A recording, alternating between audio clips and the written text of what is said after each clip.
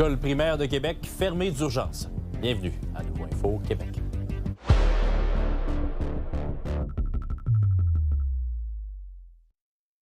Bonsoir tout le monde, bon lundi, bon début de semaine. La rentrée scolaire approche déjà à grands pas dans une dizaine de jours pour la plupart des élèves. Elle vient se compliquer de façon très inattendue pour plusieurs parents de Limoilou. Et Félix-Antoine, l'école primaire Saint-Fidèle vient d'annoncer que tous ses élèves vont être relocalisés à cause de fissures dans la structure. Oui, l'histoire débute au retour des vacances de la construction, Jean-Simon, alors que des travaux de maçonnerie étaient prévus pour l'école Saint-Fidèle. Et rapidement, on réalise qu'il y a des fissures dans la structure. Ça se met évidemment en branle un processus de vérification. On veut s'assurer que tout est conforme et on réalise que des travaux sont nécessaires, même si on dit qu'il n'y a pas de danger immédiat pour personne à l'intérieur. Ce sont des travaux qui ne peuvent pas se faire en présence d'élèves. Donc, on décide tout ça. Les rapports arrivent au début de la semaine dernière. Fin de la semaine dernière, la décision est prise. On déménage pour la prochaine année scolaire au complet les élèves, tout juste derrière moi, au centre Saint-Fidèle. La bonne nouvelle pour les parents, c'est que c'est à 2 coins de rue à peine de l'école Saint-Fidèle que tout ça va se faire.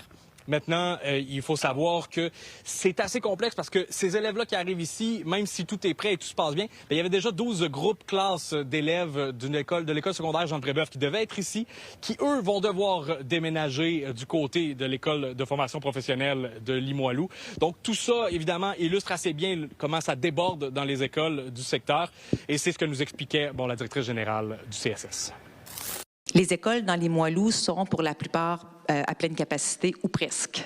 Certaines en dépassement, on a des locaux modulaires dans certaines des écoles. Donc, la possibilité d'utiliser les espaces ici était vraiment une solution, je dirais, presque parfaite là, dans les circonstances. Plusieurs détails restent à régler. Une rencontre est d'ailleurs prévue avec les parents ce jeudi en soirée. Merci beaucoup, Félix-Antoine. Et c'est une scène violente digne de Grand Theft Auto qui s'est passée sur le pont Pierre-Laporte dans la nuit de vendredi à samedi après un accident majeur et une fusillade. Une poursuite policière qui a mobilisé des agents de la Sûreté du Québec, du SPVM, du SPVQ, du service de la police de la ville de Lévis.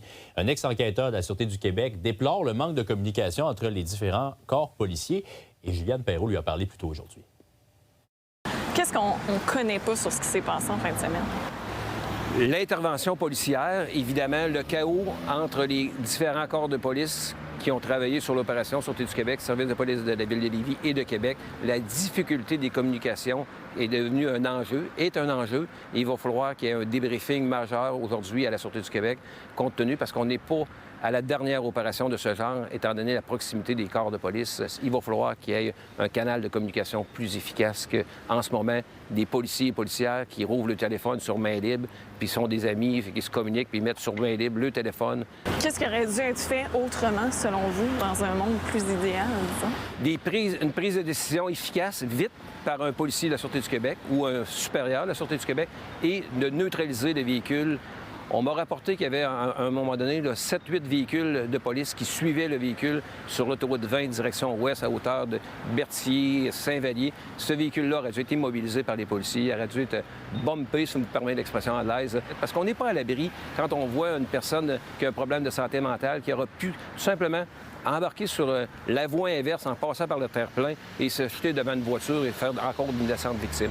Quand des policiers se sont rendus un peu plus tard sur les lieux, c'est là que la victime, le blessé, a dit « C'est mon véhicule qui a été volé, j'ai telle sorte de véhicule et mon cellulaire est à l'intérieur du véhicule. » Alors, ça a permis de géolocaliser le cellulaire et de localiser par la suite l'individu, le fuyard. Qu'est-ce qu'on connaît de cet individu-là, disons? Ce qu'on me dit, c'est que l'individu n'avait pas d'antécédent judiciaire, n'était pas connu. C'est pas quelqu'un qui est de la région. Le monsieur avait peut-être des problèmes de santé mentale, se sentait poursuivi par des influenceurs. Et on parle de santé mentale. Il y a des métamorphoses professionnelles qui sont plus fréquentes que d'autres. Une d'entre elles, c'est de journaliste à politicien. Il y en a quelques-uns. Et d'ailleurs, il y en a une qui vient de faire le saut, qui est avec moi en studio ce soir. Stéphanie Martin, qui va se présenter pour le Parti québécois dans Vanier-les-Rivières. Bonsoir. Bonsoir. Ex-journaliste maintenant, mais après une longue carrière de 25 ans dans les différents médias de la capitale. Coudon, c'est-tu le destin d'un journaliste de se lancer en politique? Bien, pour moi, ça a été un parcours logique, si on veut. Cet engagement-là que j'avais comme journaliste de couvrir les enjeux de la capitale, de bien les comprendre, de les faire comprendre au public, bien, il va se porter à un autre niveau maintenant par un engagement que je prends parce que j'ai comme le goût que ma voix soit entendue maintenant sur des enjeux sur lesquels j'ai toujours écrit sans jamais me positionner. Maintenant, j'ai le goût d'aller un petit peu plus loin là-dedans. D'aller au front, essentiellement. Oui, puis le Parti québécois représentait comme une alternative vraiment logique pour moi. Donc, ses positions rejoignent les miennes. C'était juste un bond naturel. On lit entre les lignes que tu es souverainiste. En 95, j'avais 17 ans. OK. Puis, j'ai pas pu voter au référendum. Donc, j'ai le goût de me reprendre. C'est vraiment le cas. C'est un peu une rédemption que je souhaite maintenant pour amener le Québec vers cette avenue-là. Je ne serai certainement pas celui qui va reprocher à une ex-journaliste ou un journaliste d'avoir des opinions. Tout le monde a des opinions, probablement les journalistes plus que d'autres, c'est juste qu'ils ne montrent pas. Ceci étant dit, présentement, le public est très cynique par rapport aux médias et aux politiciens. Tu ne penses pas qu'à faire le saut en politique sans hiatus entre ta carrière journalistique où tu couvrais des enjeux éminemment politiques et te lancer en politique, ça peut entretenir le cynisme de la population? C'est un discours que j'entends effectivement. Par contre, tout au long de ma carrière politique, de ma carrière journalistique, j'ai toujours travaillé avec le plus grand professionnalisme, la plus grande rigueur. Vous demanderez à n'importe qui a croisé mon parcours dans les dernières années. C'est toujours comme ça que je travaille. Puis les journalistes, ça reste qu'on est des humains. On a, tu l'as dit d'entrée de jeu, on a des convictions. Bien sûr. Puis je pense qu'il ne faut pas se mettre de barrières pour vouloir s'engager autrement.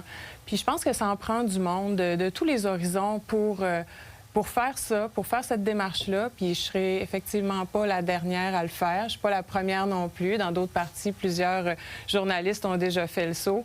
Puis je pense que la confiance envers les journalistes, elle doit demeurer malgré ces choix-là personnels que font certaines personnes. Stéphanie, merci d'être passée. Ça me fait plaisir. On va se recroiser pendant la campagne. Merci. Au revoir.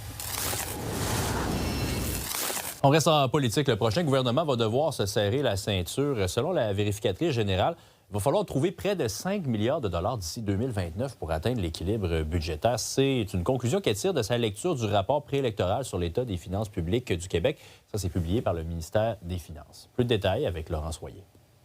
Le prochain gouvernement devra déployer des efforts importants pour réduire les dépenses de l'État. Et le défi sera grand. La vérificatrice générale estime plausible les prévisions de la CAQ selon lesquelles il faudra trouver 2 milliards en 2027-2028 et 3 milliards en 2028-2029 pour un retour à l'équilibre budgétaire. La VG précise toutefois qu'à ces données, il faut ajouter un écart à résorber de 1,85 milliard, ce qui porte le total à 4,85 milliards de dollars en 2029. C'est notamment parce que la croissance économique sera moins élevée, notamment en raison de la stagnation et du vieillissement de la population, ce qui fera que l'État va percevoir moins de taxes et d'impôts, mais aussi à cause de l'instabilité du commerce extérieur. Ça appartient aux partis politiques là, de décider s'ils veulent faire des mesures additionnelles. Mais à ce moment-là, ils doivent expliquer comment ils vont les financer. Si tout reste tel quel, puis que le gouvernement, dans le fond, décide de ne pas faire d'efforts ni aux revenus ni aux dépenses supplémentaires, à l'heure actuelle, avec les prévisions qui sont là, il ne serait pas en conformité avec la loi sur le retour à l'équilibre budgétaire. Ce trou dans les finances publiques a été causé par une augmentation marquée des dépenses sous le gouvernement Legault-Fréchette. On peut penser aux Kings de Los Angeles, à Northvolt. On peut penser évidemment à Flying Wells, aux problèmes informatiques avec CIFA, avec SACLIC. De son côté, le ministre des Finances défend son bilan en rappelant que la dette par rapport au PIB de la province a diminué. Et il précise que pour trouver cette somme de 5 milliards, ça ne passe pas nécessairement par des coupures.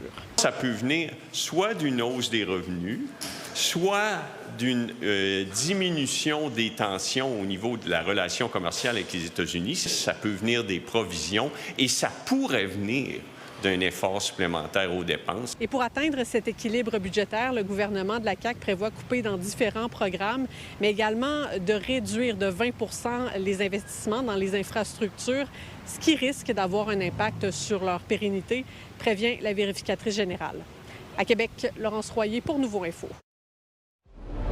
Et pour retrouver toutes vos nouvelles, nos chroniques, des vidéos et vous abonner à nos infolettres, je vous invite à consulter notre site web nouveau.info.